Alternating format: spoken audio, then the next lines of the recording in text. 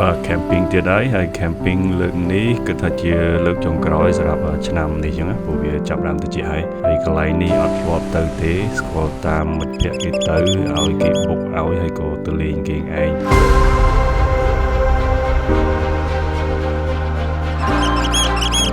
ចេញតាមផ្លូវហើយជាកើមទៅឲ្យពុនខ្ញុំគាត់បើកទៅខ្ញុំបានថតឲ្យលេងអញ្ចឹងណា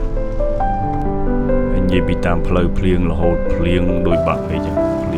ភ្លៀងឈប់គឺទៅហើយជាទៅដល់ក្នុងភ្លៀងនឹងវិធានវា2ម៉ោងជាងដែរយ៉ាងយូរទៅកូនក៏លក់អស់ទៅ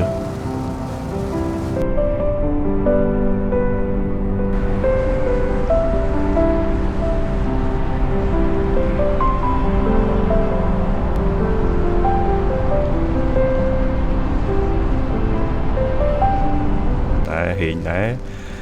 ពេលចិត្តទៅដល់ភ្លៀងក៏រាំងទៅអាចបោះតង់បើអីអត់មានបញ្ហាហើយដោយសារកន្លែងនេះអត់ធ្លាប់មកអា map ហ្នឹងក៏មើលមិនយល់ទេមិនដឹងយើងនៅតាណាអីតាណាហើយ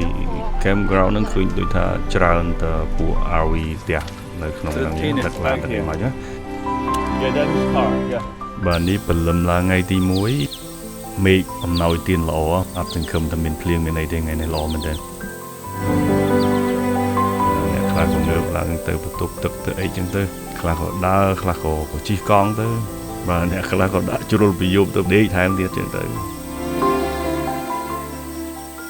បាទ camping លើកនេះដេញប្រមាញ់ថតកូនតិចព្រោះទី1វាធំហើយវាដូចមិនសូវចង់ទៅណាមួយពួកយើងដូចលើកមុនចឹងណានេះគេនាំគ្នាយកទូកសពឲ្យនឹងទៅក៏នាំទៅលេងកន្លែងនេះឆ្នេរសមុទ្រគេស្អាតដែរហើយ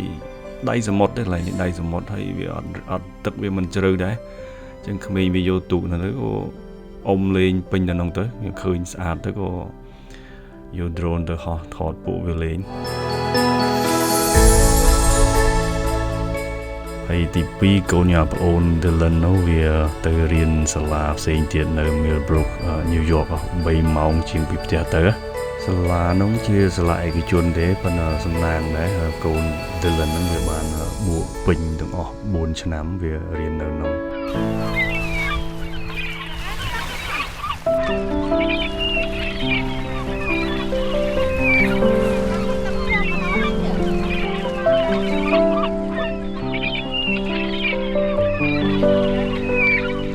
campground នេះបើសិនជាយើងមិនបាច់យកមកហូបមកក៏អត់អីដែរព្រោះ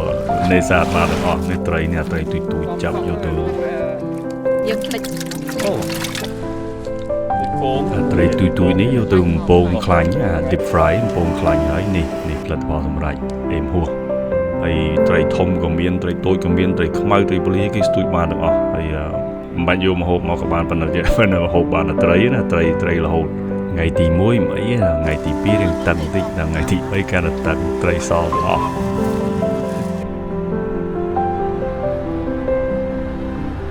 មិត្តភក្តិគេធ្លាប់មកនៅនេះគេដូចជា10នាទីពី campground ទៅមាន lighthouse មួយនៅក្បែរហ្នឹងគេទៅមើលថ្ងៃលិចថ្ងៃអីស្អាតបើគេមែនហើយ regular ម៉ោងទៅមើលទៅគឺចំពេលថ្ងៃលិចស្អាតថតបានស្អាតល្អហើយកន្លែងហ្នឹងមិនឆ្ងាយដែរល្អស្អាតមែនទេន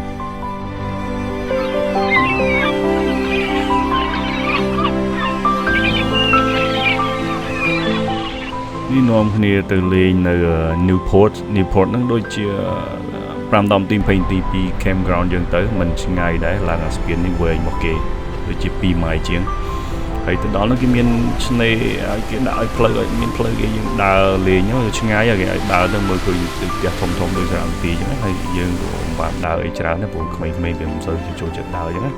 តែក៏បានចូលទៅមកកន្លែងទៅក៏ថតលេងទៅក៏ត្រឡប់មកវិញមកហើយ campground នេះបើសិនជាទៅពេល July 4កំពុងក្តៅខ្លាំងក៏គិតថាទៅអាកាសដែរព្រោះវាអត់មានដើមឈើចឹងក្តៅខ្លាំងមែនតើទៅល្អមានតែដើមរដូវ Memorial Day ហើយនឹង Labor Day weekend ហ្នឹងវាត្រជាក់ល្មមយើងអាចទៅវាអាចមានដុតអីយប់ឡើងចឹងណាបើ July 4ដឹងតែក្តៅខ្លាំងហ្មងពិបាកនៅ